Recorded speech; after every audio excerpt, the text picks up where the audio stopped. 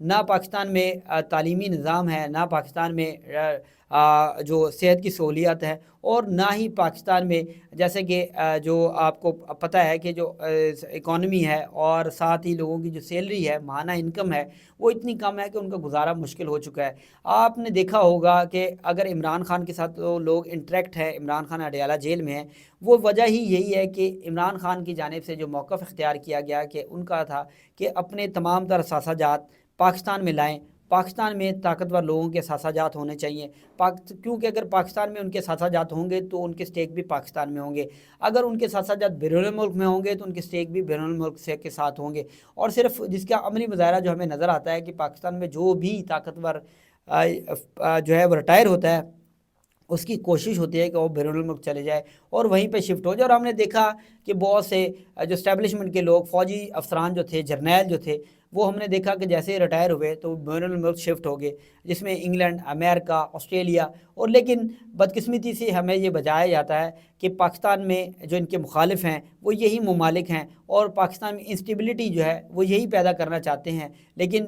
جن ممالک کے بارے میں یہ بات کرتے ہیں انہی ممالک میں یہ جا کے شفٹ ہو جاتے ہیں۔ تو پاکستان کے رازوں کے حوالے سے کہا جاتا ہے کہ پاکستان کے اسٹریٹجک راز ہے، ان رازوں کے جو رازدان ہیں وہی جب باہر شفٹ ہو جاتے ہیں تو پاکستان کے کون سے راز ہیں؟ پاکستان میں جو صورتحال بنتی جا رہی ہے کہ لوگ اس وقت پریشان ہیں اور اس وقت ڈپریشن کا شکار ہے، احساس کمتری کا شکار ہے کہ یہ اشرافیہ تمام تر سہولیات لیتی ہیں، اور وہ بھی سہولیات اتنا پیسہ ہونے کے باوجود وہ سہولیات جو ہیں حکومت سے لیتی ہیں،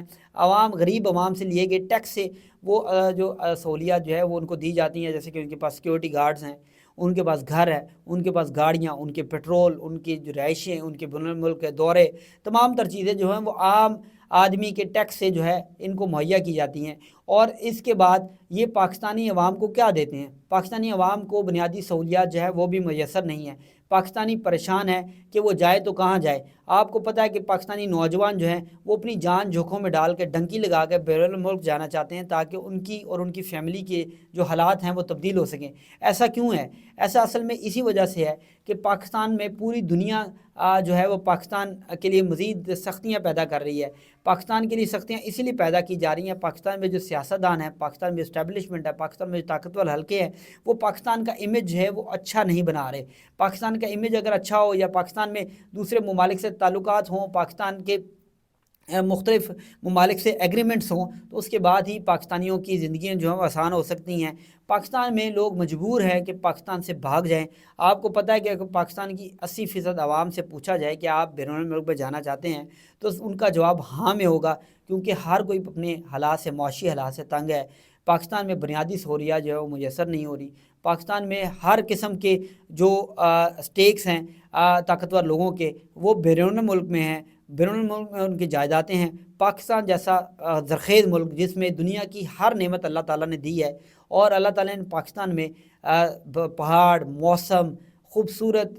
ریگستان، ہر قسم کے جو آبی وسائل ہیں اس سے مالا مال کر رکھا ہے، لیکن ان آبی وسائل سے عام عوام کو کوئی فائدہ نہیں ہوتا۔ صرف حکمرانی کرنے والے لوگ جو ہے وہ اس سے فائدہ اٹھا کر اپنے اثاثہ جات بیرون ملک بناتے ہیں، اور جیسے ہی ان کا عہدہ حکمرانی ختم ہوتا ہے وہ باہر چلے جاتے ہیں۔ عمران خان کی طرف لوگ کیوں جاتے ہیں؟ عمران خان کا جو ایک سٹانس تھا کہ اپنے سٹیک جو ہیں وہ پاکستان میں لگائیں، اور پاکستان میں سٹیک جب ہوں گے تو تبھی آپ اس کے لیے کام کر سکیں گے۔ اس کے مقابلے میں اگر آپ ہندوستان میں دیکھتے ہیں تو ہندوستان میں کی چیزیں کچھ تبدیل نظر آتی ہیں کہ ہندوستان میں آپ نے دیکھا کہ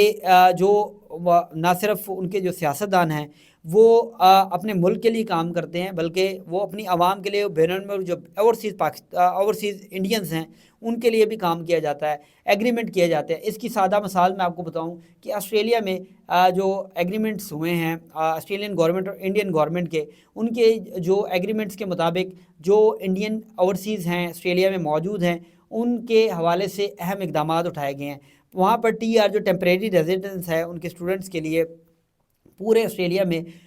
کچھ ممالک کو چھوڑ کر وہ ہے 14 ماہ، لیکن جیسے انڈیا اور برطانیہ اور دیگر کچھ اہم ممالک ہیں ان کے جو اسٹوڈنٹس ہیں ان کی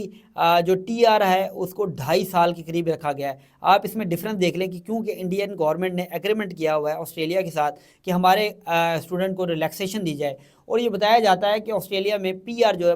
پرماننٹ ریزیڈنس ہے وہ سب سے زیادہ انڈینز کو ملتی ہے اور چائنیز کو ملتی ہے۔ وجہ کیوں کہ ان کی حکومتیں جو ہے ان کی والی وارث ہے۔ پاکستان میں پاکستانی حکومتیں جو ہیں وہ اوورسیز پاکستانیوں کی والی وارث نہیں ہیں۔ اوورسیز پاکستانی کیوں حکومتی جو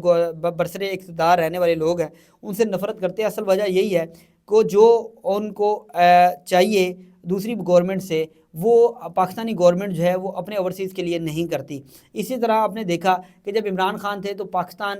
کے جو اوورسیز تھے وہ عمران خان کے ساتھ تھے اور اپریسیشن تھی، عمران خان جدھر جاتے تھے ان کو اپریشیٹ کیا جاتا تھا کیونکہ وہ دوسرے ممالک سے پاکستانیوں کے حوالے سے بات کرتے تھے۔ سب سے اہم گفتگو عمران خان کی وہ تھی جب انہوں نے سعودی گورنمنٹ سے بات کی تھی کہ پاکستانی جو آپ کے پاس قید ہے ان کو رہا کیا جائے، وہ ہم ان سے بڑا پیار کرتے ہیں، لوگوں نے بڑا اپریشیٹ کیا تھا۔ اسی طرح آپ کو پتہ ہے پاکستانیوں کی ایک بڑی تعداد جو مزدور طبقہ ہے وہ اس میں رہتا ہے مڈل ایسٹ، جس میں